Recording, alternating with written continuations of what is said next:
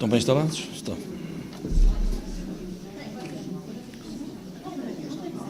Fica aqui perto do nosso doutor.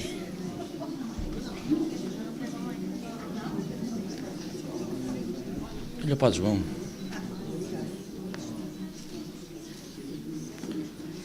Então, muito boa noite. E bem-vindos a esta conferência. Agradecemos de uma maneira especial a vinda do Frei José Nunes. Agradecemos a presença de cada um de vocês. Agradeço de uma maneira muito especial também a presença aqui do nosso mordomo. Estamos aqui por causa da festa maior. Estamos aqui também connosco o Sr. Presidente da Assembleia e agradecemos também a sua presença em representação do município, certamente. E depois agradecemos também aqui os membros da comunicação social que servem para divulgar aquilo que aqui vai acontecendo, aquilo que aqui vai sendo dito.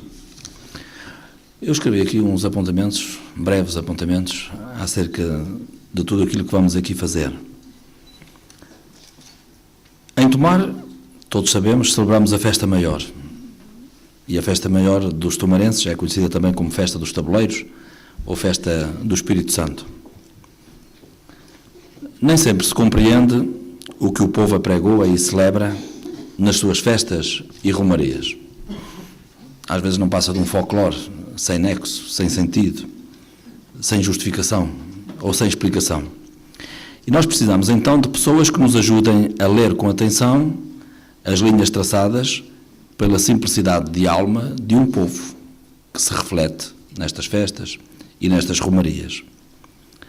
A Festa Maior dos Tomarenses, pensamos nós como vigararia, merece ser refletida para que os turistas que nos visitam, para que o povo da cidade e do concelho, os simples curiosos, os locais, leiam bem a profundidade da alma das nossas gentes, bem simbolizada nas suas festas, nas suas romarias. Então nós decidimos, como vigararia, convidar 4 conferencistas para nos ajudarem a perceber o lugar e a missão do Espírito Santo na Festa Maior, a Festa dos Tabuleiros, ou a Festa do Espírito Santo. E o primeiro dos convidados está aqui conosco, e já tive a ocasião de agradecer a sua presença. É o Frei José Nunes, da Ordem dos Pregadores. Ali, com a ajuda do Padre Sérgio, escrevi aqui umas cábulas acerca da sua biografia. Espero que sejam breves. São breves, muito breves. O Frei José Nunes nasceu em Lisboa. A data de nascimento encontra-se no seu cartão de cidadão. 3/9/56. 3/9/56. Portanto, no dia 2/9/56, pensem numa boa prenda para enviar. Fez um noviciado no convento dos dominicanos em Toulouse, na França. E a primeira profissão fê-la na Ordem dos Pregadores em 1977. E foi ordenado sacerdote em 1984. Coincide. Está certo. Tá. Realizou o seu doutoramento em Teologia Pastoral na Universidade Pontifícia de Salamanca, que fica ali junto ao Porto. Trabalhou como missionário em Angola, o país que está na moda, durante 9 anos. E regressou a Portugal em 1994. E a partir daí começou a lecionar Teologia Pastoral na Universidade Católica, em Lisboa, integrando também a sua direção desde 2002. E é vigário paroquial de São Domingos de Benfica. Fui. 8 anos. Já não é? Abdicou. Ou assumiu outro cargo, então? Entretanto, fui para a Provincial dos Dominicanos. Pois, isso também aqui tenho escrito. Portanto, foi vigário paroquial de São Domingos durante 8 anos. Desde 1997. E em 2005, durante o capítulo provincial da Ordem dos Pregadores, foi eleito superior provincial, cargo que ocupou até setembro de 2013. Então é com muito prazer e alegria que o recebemos aqui na nossa cidade, por ocasião desta preparação que queremos fazer para a Festa Maior, ou a Festa dos Tabuleiros, ou do Espírito Santo. Nós temos 4 conferências agendadas e esta é a primeira. O Frei José Nunes vai abordar o tema da religiosidade popular, já tiveram a ocasião de ler ali, nas festas do Espírito Santo. E então, bem-vindo, Frei José Nunes, obrigado por ter aceito o nosso convite, somos todos ouvidos e vamos certamente ouvi-lo com atenção. Muito obrigado. Obrigado, João. Então vou puxar. Desculpa, mas isto vai funcionar. Está ótimo. Era só para não, certamente para não me aproximar tanto do microfone. Está ótimo, vocês ouvem certamente e isto tem umas condições fantásticas. Eu estou absolutamente fascinado e impressionado com a iniciativa, com as condições e com a vossa presença. Estou realmente espantado. E se hoje estão tantos, então não sei como vai ser nas próximas conferências, já que os nomes das próximas conferências são pessoas mais referenciadas, não é? Muito bem. Eu é com muito gosto também que estou aqui e vou fazer uma partilha simples, sem grandes pretensões. Eu sei que eu não devia dizer isto. Se eu vim de Lisboa aqui, se eu estou elencado nas 4 conferências, é porque vocês esperam que eu diga alguma coisa. Eu vou dizer, com certeza, mas eu não tenho pretensões, com franqueza, não tenho pretensões de ensinar muito a quem quer que seja. Vou partilhando coisas que eu penso, coisas que eu estudo, coisas que eu leio. Se tiver algum interesse para vocês, melhor. Espero que tenha. Mas é mesmo com gosto que eu estou aqui. Na apresentação disseram uma coisa que eu acho importante, é que eu nasci em Lisboa. E portanto, eu ao longo tenho 58 anos, eu ao longo da minha vida, aqui em Portugal, não vivi muito a realidade da religiosidade popular. Quer dizer, não vivi muito de perto. Essas festas que há em quase tudo o que é país, então, aproximo-me um bocadinho, não é? Fantástico. Agora está melhor. Então, isso significa o quê? Que esta conversa que vou aqui ter convosco, esta partilha, vai ter um quadro talvez um pouco mais teórico, digamos assim, sobre a religiosidade popular e sobre as festas do Espírito Santo. Também não me importa muito que seja assim, porque da realidade, se calhar mais concreta e mais descritiva do que realmente existe nas festas do Espírito Santo, na festa dos tabuleiros, na festa maior, isso sabem vocês. Portanto, seriam vocês que teriam que me ensinar. Mas, portanto, eu vou ficar num quadro um pouco mais teórico, procurarei não ser muito abstrato, falar a linguagem normal, mas um pouco nesse quadro. Deixemos-nos de introduções, que já chega. Então, as festas do Espírito Santo e a religiosidade popular. Como vocês vão ver, a primeira parte da minha conversa convosco tem a ver com o enquadramento teórico do que é a religiosidade popular e do que seriam as festas do Espírito Santo dentro da religiosidade popular. E depois, numa segunda parte, eu falarei um pouco mais concretamente, enfim, de algo sobre as festas do Espírito Santo e de algum desafio que eventualmente possa ser lançado. Ora bem, eu começo com uma citação de vários números desse texto largo, desse livro gordo que o Papa Francisco escreveu o ano passado, ou há um ano e pouco. Na Evangelii Gaudium, na alegria do Evangelho, ele escreveu sobre a religiosidade popular. E entre várias coisas que disse, eu destaquei aqui algumas. Primeiro, cada povo é o criador da sua cultura e o protagonista da sua história. É bom lembrarmos isto. A história de um povo é o povo que a faz. A cultura de um povo é o povo que a faz. Se nós, na nossa cultura, temos festas, e festas do Espírito Santo, foi o povo, foi o nosso povo que as criou. Se nós temos determinadas maneiras de ser, se nós temos determinados jogos na nossa cultura em Portugal, foi o povo que os criou.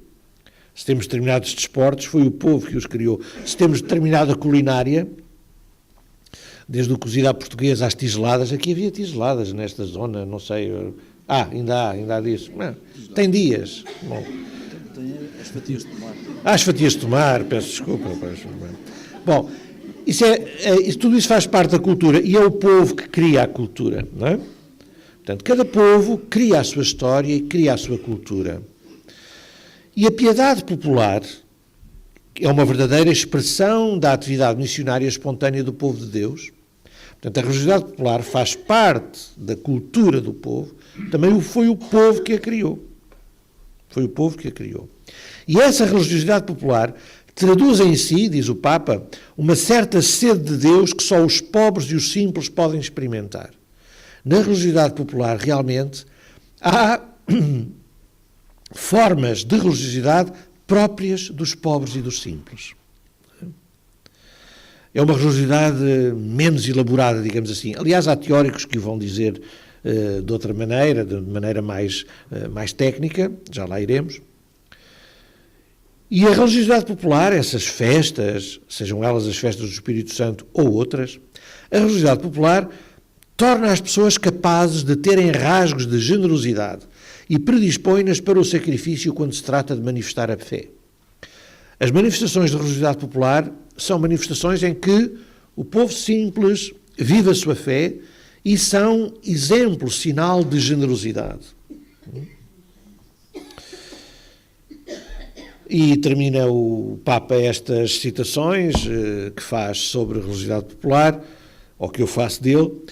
A verdadeira espiritualidade encarnada na cultura dos simples, fruto do Evangelho enculturado, tem muito para nos ensinar, pois é um lugar teológico. Ora, isto é muito importante o que o Papa aqui diz, nesta afirmação principal, e que eu vou desdobrar no slide seguinte. A religiosidade popular muitas vezes não foi bem considerada. O Padre Mário estava a dizer há pouco isso. Porque não bem compreendida, foi muito desconsiderada. Isso é um bocado de magia, isso é um bocado de superstição, isso é muito folclore. E o Papa Francisco chama a atenção de uma coisa muito importante. É que a religiosidade popular e as festas de religiosidade popular têm muito para nos ensinar, porque são um lugar teológico. O que é que isto quer dizer? São um lugar, são um espaço onde Deus se mostra. Portanto, escusamos de olhar com um olhar de superioridade, escusamos de olhar com sobranceria para a religiosidade popular, porque nós temos é que aprender com a religiosidade popular, que é a religiosidade dos pobres e dos simples, como dizia o Papa Francisco. Não é? Ali Deus se mostra, ali Deus se revela. Então, no número 126, ele volta a dizer isto, e outros autores, como este Luís Maldonado, que eu aqui cito, eu digo obra citada porque noutros lugares já tinha falado deste senhor, é um teólogo espanhol. Então, esta ideia de que a religiosidade popular é algo muito importante porque nela Deus se revela, eu aqui digo desta maneira, algo parece dever ser tido como certo. A piedade, ou religiosidade, ou catolicismo popular, não constitui uma realidade apenas ou principalmente a ser evangelizada. Nós não temos que ter, sobretudo, uma preocupação, nós em igreja, isto é uma organização da vigararia, não é? Portanto, nós em igreja, não temos que ter, sobretudo, a preocupação de evangelizar a religiosidade popular. Em primeiro lugar, nós temos é que receber da religiosidade popular o que ela tem para nos dar e ensinar. Portanto, não é uma realidade principalmente a ser evangelizada. Ela é uma força evangelizadora para o conjunto da Igreja. E então diz o Papa Francisco, no número 126 de Evangelii Gaudium, nela, na religiosidade popular, subjaz uma força ativamente evangelizadora que não podemos subestimar. Seria ignorar a obra do Espírito Santo. Deus mostra-se, o Espírito Santo está presente, o Espírito Santo impele o povo a viver a fé de maneira popular nas manifestações da religiosidade popular. A religiosidade popular, podemos dizer que tem algumas características. Há muitos autores que têm escrito coisas sobre esta matéria. Eu aqui escolhi 3 autores que, enfim, são clássicos nesta matéria da religiosidade popular. Um francês e 2 espanhóis. O Meslin, o Velasco e o Maldonado. Eu digo muito brevemente, mas lá está, eu apresento estes slides, faço estas citações, para enquadrar o que depois se dirá das festas do Espírito Santo, das festas dos tabuleiros. Elas são uma manifestação da religiosidade popular. Então, basicamente, teoricamente, que características teria a religiosidade popular? O Meslin fala, sobretudo, de 3 características. Diz ele, na religiosidade popular, primeiro, há uma busca de relações mais simples. Portanto, a superação de uma praxis religiosa cerebral, intelectualista. Portanto, na religiosidade popular há algo de mais simples, há algo de mais prático, há algo mais de vivencial, de experiencial, não é? De epidérmico, e não tão de elaboração intelectual. Não é? Essa é uma característica da religiosidade popular. Outra característica, na religiosidade popular há relações mais diretas. Isto é, o povo, na sua expressão, na expressão da sua fé, pelas ruas, pelas peregrinações, pela festa, o povo relaciona-se mais diretamente com Deus sem necessidade, ou sem tanta necessidade, da mediação clerical. Não é? Até nós sabemos que em muitos lugares as festas da religiosidade popular levam o povo a incompatibilizar-se com o clero. E quando algum padre quer, por exemplo, tocar em algum aspecto da festa, o povo, calma, isto é nosso. Isto não é do senhor padre, isto é nosso. Portanto, cá está, isto é uma das características da religiosidade popular, é a busca de relações mais diretas com o transcendente, com o divino, sem passar tanto pela mediação eclesial, ou eclesiástica, digamos assim. E depois, há na religiosidade popular também esta característica de relações mais rentáveis. A religiosidade popular tem muito a ver com o pedido, o cumprimento de promessas, não é? E nesse sentido podemos dizer que busca satisfação de necessidades e, portanto, é algo mais pragmático, utilitarista, não é? Não devemos ver nisso algo de basicamente negativo. Nós, que somos de igreja, que somos cristãos, sabemos que Jesus disse muitas vezes, e ainda há poucos dias apareceu isso num dos textos dos Evangelhos da missa, pedi e dar-se-vos-á, batei e abrir-se-vos-á, procurai e encontrareis. Portanto, pedir não é pecado. Mas, claro, nós vemos como esta questão da rentabilidade está muito associada à religiosidade popular em geral, não é? Em geral, não é? Eu estou a vir de Fátima agora, todos nós sabemos como conta muito o cumprimento da promessa e a vela que se compra e a vela que se põe a arder, não é? Ou a esmola que se vai dar. Eu, em agosto passado, estive nas festas de Minde, da Senhora da Assunção, e pronto, e na procissão pelas ruas, um calor brutal às 2h30, 3 da tarde, uma coisa fantástica, e toda a gente nas varandas e nas ruas, e no andor, claro, aquilo de vez em quando a banda parava de tocar, parava a procissão, a banda é que comanda os ritmos, não é? Os passos, não é? E então nessa altura as pessoas aproximavam-se ali, lá iam pôr notas, pregar notas de dinheiro, não é? No andor, na imagem, não é? É esse mundo que se vive muito na religiosidade popular, não é? Também, não é? Também. E volto a dizer, eu não estou a fazer juízos de valor. Se isso é bom, mau, se é positivo, se é negativo, se é cristão, se não é cristão. Não faço. Estes autores chamam a atenção para isso. Essa é uma das características da religiosidade popular. O Juan Martín Velasco fala do catolicismo popular, da religiosidade popular, a partir de outro ângulo de visão, e diz que na religiosidade popular estão presentes 3 níveis. Primeiro o antropológico, depois o religioso e depois o cristão. O que é que ele quer dizer com isso? O nível antropológico é este. O ser humano é um ser cultural e toda a sua vida se expressa em cultura. Espaços, tempos, grupos. Portanto, o ser humano vive todo o seu projeto, não é, em cultura. E, portanto, cria festas e inventa comidas, não é, como dizíamos, e inventa relações e cria instituições. Portanto, o ser humano tem uma dimensão cultural. Já o Aristóteles dizia que o homem e a mulher, o homem é um animal social, não é? Portanto, nós criamos cultura. Portanto, a cultura é algo que está inerente à vida, à existência do ser humano. Segundo, o aspecto religioso. A dimensão religiosa está presente em todo o ser humano. Portanto, todo o ser humano, desde sempre, desde que há homens e mulheres sobre a Terra, que a dimensão religiosa está inscrita no coração do ser humano. Estas perguntas sobre o sentido da vida, de onde é que a gente vem, para onde é que a gente vai, porque é que há o mal, porque é que há o sofrimento, quer dizer, como é que a gente se salva, isto está inscrito no coração do ser humano, a dimensão religiosa, não é?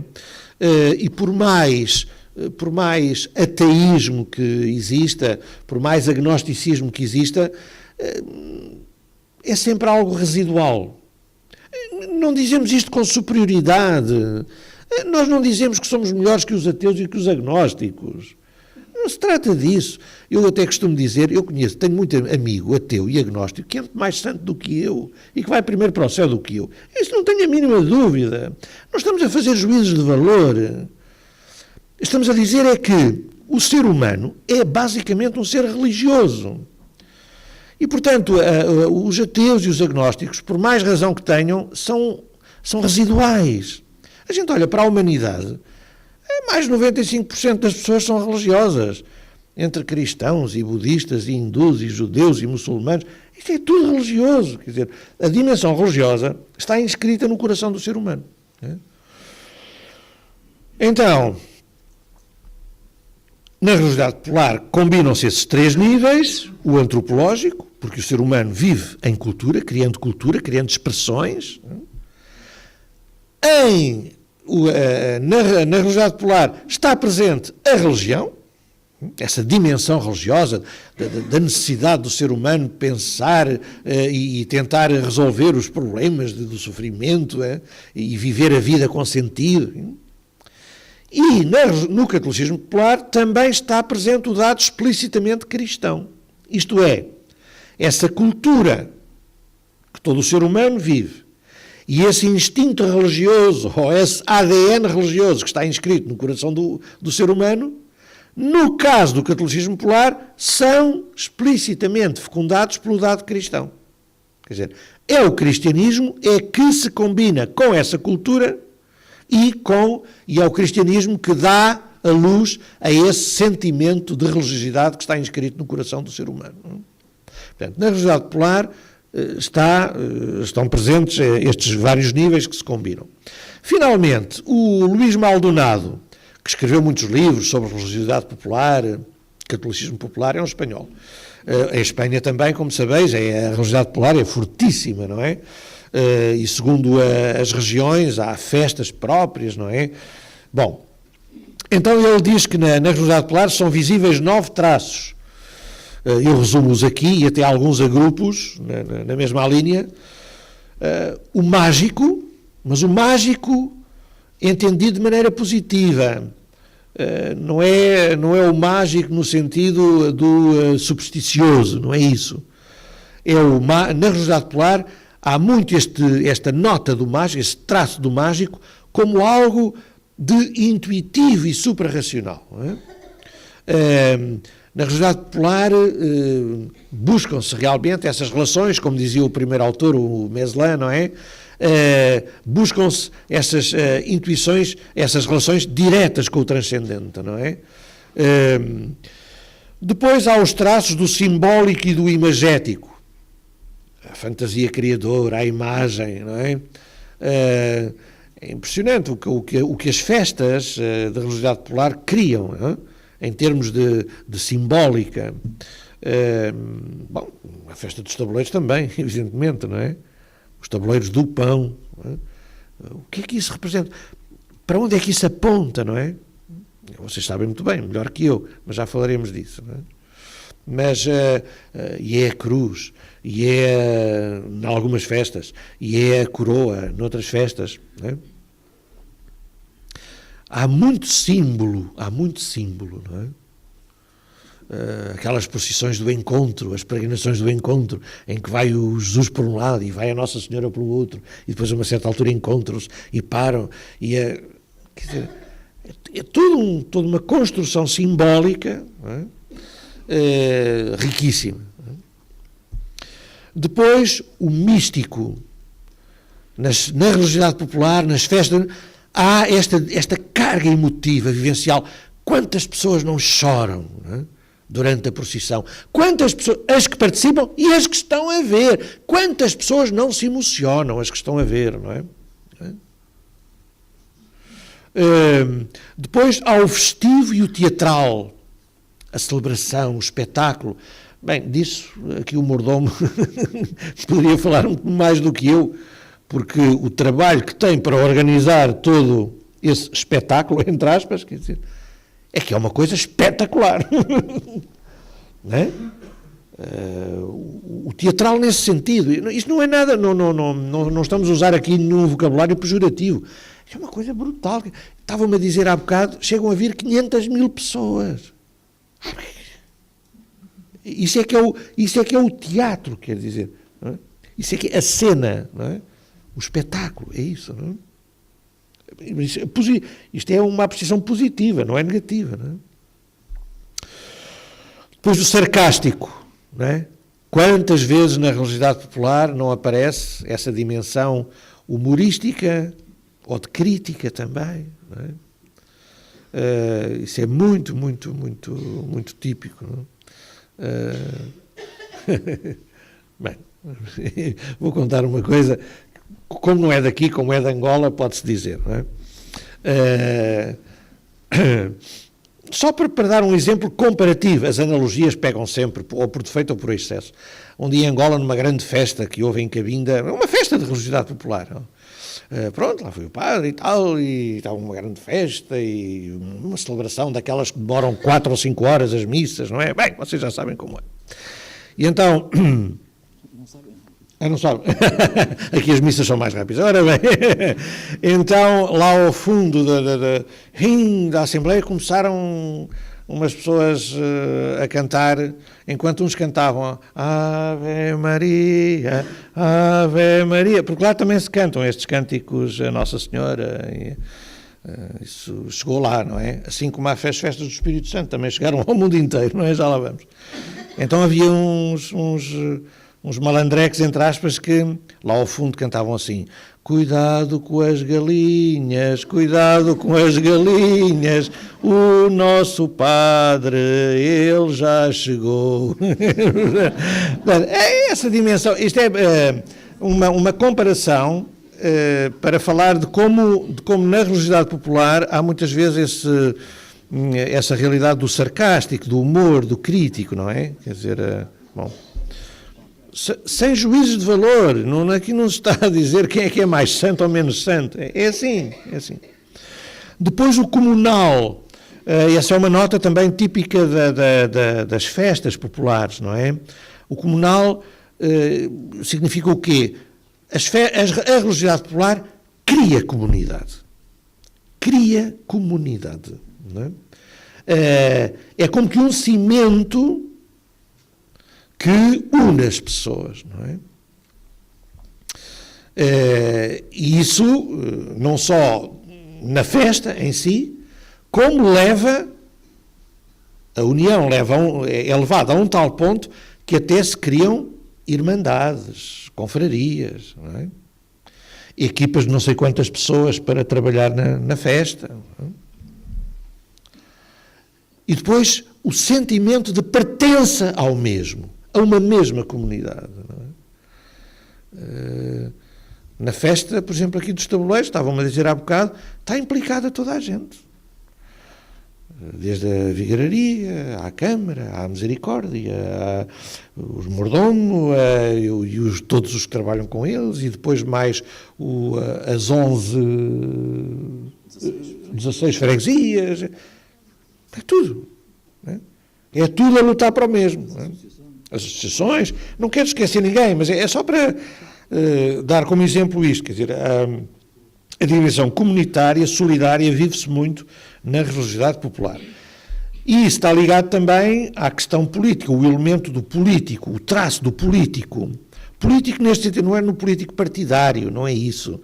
É político no sentido que, ao criar comunidade, ao criar consciência de comunidade, isso é uma afirmação política, social.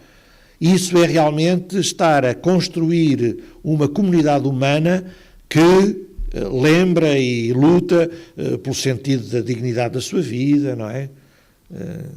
Pela sua história, pelas suas tradições, e, portanto, luta pelo que é seu. Bom. Então, como veem, há muitos autores a falar das características, digamos assim, da religiosidade popular, e eu, a partir de agora, falaria então um pouco mais em concreto das festas do Espírito Santo, de que a festa dos tabuleiros é um exemplar magnífico, não é? E as festas do Espírito Santo estão enquadradas neste marco da religiosidade popular, não é? Que eu procurei dar algumas características até agora. Ora bem, de um ponto de vista teológico, bíblico, enfim, de reflexão cristã, de reflexão da fé, de onde é que poderiam vir as festas do Espírito Santo? Há várias interpretações, há várias ideias, eu vou aqui dar 2 ou 3. Primeiro, a partir de São Lucas, como sabeis, escreveu o 3º Evangelho e também o livro dos Atos dos Apóstolos, não é? Dirigidos à mesma pessoa, o Teófilo, não é? Oh, caro Teófilo, não é? Então é assim que ele começa o Evangelho e é assim que começa o livro dos Atos dos Apóstolos. No Evangelho ele fala sobretudo de Jesus, nos Atos dos Apóstolos fala sobretudo da vida dos primeiros cristãos que tentavam repetir, imitar o que Jesus tinha feito, animados pelo Espírito Santo, não é? Bom, então a partir dos escritos de São Lucas, há como que nesses escritos uma certa teoria da história, uma certa interpretação religiosa da história, em que a história poderia ser dividida, a história da humanidade poderia ser dividida em 3 eras. 3 eras. Primeiro, a era do Pai, que é a era de todos os milhões de anos, desde a criação até Jesus. A era de Deus Pai, o tempo de Deus Pai. Depois, a era de Jesus, que foram aqueles anos concretos em que Jesus viveu e em que manifestou totalmente a vontade de Deus no mundo. E depois da morte e ressurreição de Jesus, desde essa altura até ao fim dos tempos, que não sabemos quando será, é a era do Espírito Santo. Porquê? Porque da ressurreição de Jesus brota o Espírito Santo que o Pai e o Filho enviam à humanidade. O próprio Jesus disse isso. É bom para vocês que eu vá para o Pai, porque eu e o Pai vos enviaremos o Consolador, o Paráclito, o Espírito Santo, que vos há de animar. Não é? Então, o tempo da Igreja, isto é, depois de Jesus, o tempo da Igreja é o tempo do Espírito Santo. É o tempo do Espírito Santo. É uma maneira interessante de olhar para a história da humanidade, para uma leitura religiosa cristã da história. Esta teoria foi muito desenvolvida por certas pessoas. A mais conhecida delas foi um místico, um autêntico místico franciscano, do século XII, morreu já no princípio do século XIII, Joaquim de Fiore, né? que deu origem até depois a seitas, os joaquinitas, ou joaquimitas, como quisermos. E então eles combinaram, desenvolvendo esta teoria, eles diziam que realmente o Espírito Santo é que comandava agora toda a história e que o Espírito Santo tinha manifestações fantásticas agora no tempo da Igreja, não é?